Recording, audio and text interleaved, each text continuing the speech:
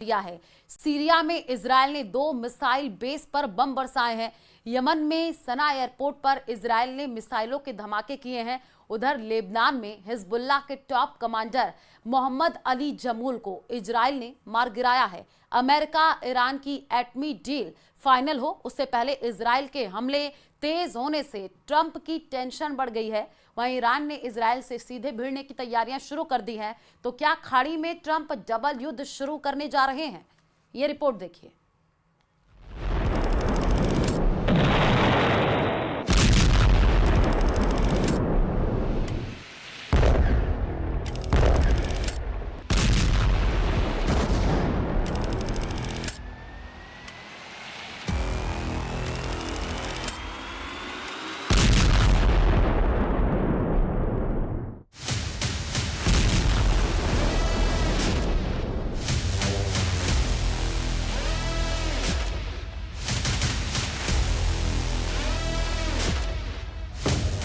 निगल लिए यूक्रेन के 51 शहर, रूस का खूनी तांडव।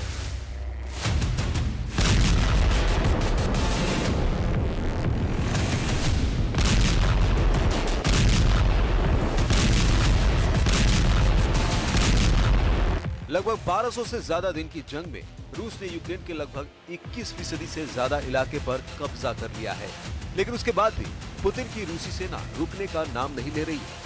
तुर्की में सीज फायर को लेकर हुई मीटिंग में कोई भी नतीजा नहीं निकला।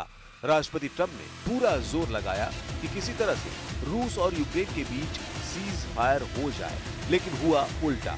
अब पुतिन की रूसी सेना ने यूक्रेन के 51 से ज्यादा शहरों पर चुन चुनकर हमले शुरू कर दिए हैं। पिछले 24 घंटे में पुतिन के सख्त आदेश पर रूसी सेना ने 24 घंटे के अंदर यूक्रेन पर 528 से ज्यादा धमाके किए हैं।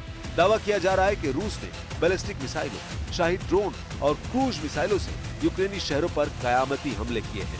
रूस ने हवाई और जमीनी दोनों हमलों को काफी तेज कर दिया है। वॉर एक्सपर्ट्स के मुताबिक सीज फायर वार का बेनतीजा निकलने के बाद से यूक्रेन पर रूस ने 40% से ज्यादा हमले अब तक किए हैं। कुछ रिपोर्ट्स में दावा किया गया है कि अब पुतिन आधे यूक्रेन पर नहीं बल्कि पूरे यूक्रेन पर कब्जा करने की कोशिश में लगे हैं। इधर जेलेंस्की को ट्रंप की तरफ से मिला जंगी धोखा पूरे यूक्रेन पर भारी साबित हो रहा है।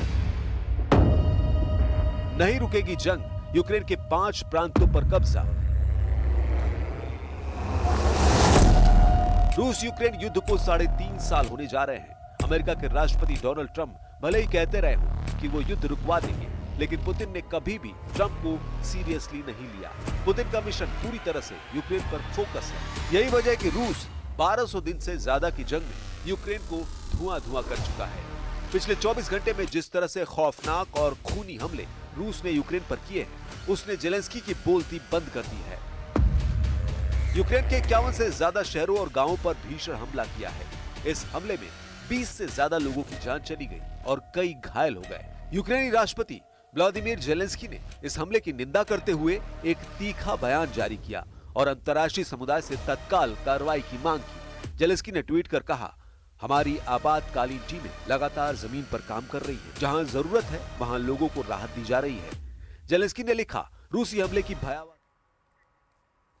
बकरीद को लेकर मचे सियासी बवाल पर बागेश्वर धाम के धीरेन्द्र शास्त्री ने बड़ा बयान दिया है। उन्होंने कहा कि वो पशु बलि या बकरा ईद जैसे अनुष्ठानों का समर्थन नहीं करते हैं। आगे उन्होंने कहा कि अगर किसी की जान नहीं बचा सकते तो किसी की जान लेने का अधिकार भी हमें नहीं है। यह रिपोर्ट देखिए।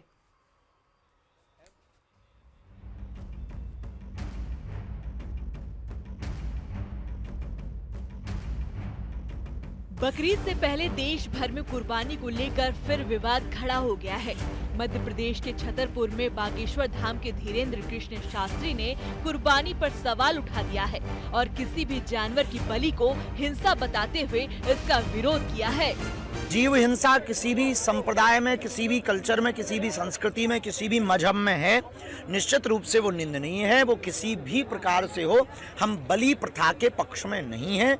इस प्रकार से हम बकरीद के भी पक्ष में नहीं हैं। हम किसी को अगर जीवित नहीं कर सकते हैं तो मारने का अधिकार भी किसी को भी नहीं है। इसके सब्स्टिट्यूशन है। उस वक्त कोई ऐसी व्यवस्था रही होगी जब बकरे की कुर्बानी दी गई होगी। तो अब लेकिन उपाय हैं, उपचार हैं। अब समय बहुत बदला है। हम सब सभ्य हैं, सुशिक्षित हैं, इसलिए हमें लगता है जीव हिंसा को रोकना चाहिए। वहीं हैदराबाद में बीजेपी नेता टाइगर राजा सिंह भी इसे लेकर मुखर हैं और उन्होंने तो हैदराबाद के कुछ हिस्सों का नाम लेते हुए सोशल मीडिया एक्स साइट पर पोस्ट किया कि इन इलाकों में खुलेआम गाय के बछड़ों की बिक्री हो रही है। उन्होंने इसे बकरीद से भी जोड़ दिया और दावा किया कि उन्होंने खुद इन इलाकों का दौरा किया है और देखा कि गाय के बछड़ों को बेचा जा रहा है। उन्होंने पुलिस से एक्शन की मांग की, नहीं तो चेतावनी दी कि मामला आगे बढ़ सकता है। साथ ही विश्व हिंदू परिषद ने भी कुर्बानी को एक बर्बर परंपरा करार दिया। अभी जैसे मैंने कहा है कि 7 जून के दिन हजारों की लाखों की संख्या में हैदराबाद पार्लियामेंट क्षेत्र में, जहां का सांसद असदुद्दीन ओवैसी है और उसी का भाई अकबरुद्दीन ओवैसी विधायक है, इसके 7 विधायक है और 40 से अधिक कॉर्पोरेटर हैं। इन्हीं के विधानसभाओं में, इन्हीं के डिवीजन में किस प्रकार से जो खेती में काम आने वाले बहुत ही सुंदर अच्छे हेल्दी नंदी भगवान, जिसको हम भगवान कहते हैं और ये लोग बैल कहते हैं, किस तरह से बकरीद के दिन काटने के लिए खुलेआम रोड पर बेचा जा रहा है। इस वर्ष ईद पर 2 करोड़ मासूम पशुओं की कुर्बानी दी जाएगी, यह आशंका व्यक्त की जा रही है। संपूर्ण देश में बेचैनी है। पूरे देश को अनुभव है कि बकरीद के अवसर पर कितनी ही सड़कें खून से रंग जाती हैं। मांस और खून जगह जगह बिखरा पड़ा होता है। कितने ही नाले जाम हो जाते हैं मांस के टुकड़ों के कारण से, और कितनी ही नदियों का रंग बदल जाता है, इतना खून उन नदियों के अंदर बह जाता है। मामले ने तूल तब पकड़ा जब ऑल इंडिया इमाम एसोसिएशन के अध्यक्ष मौलाना साजिद रशीदी ने जवाबी बयान दिया कि कुर्बानी मुसलमानों की आस्था से जुड़ी है और देश के कई मंदिरों में भी बलि दी जाती है। साथ ही उन्होंने आरोप लगाया कि कुछ लोग जानबूझकर हिंदू मुस्लिम के नाम पर देश को बांटने की कोशिश कर रहे हैं।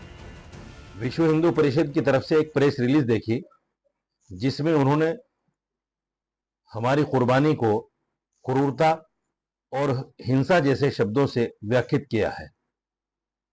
मैं उनको बता देना चाहता हूं, ये हमारी आस्था है और कुरान में कई जगह कुर्बानी का जिक्र है।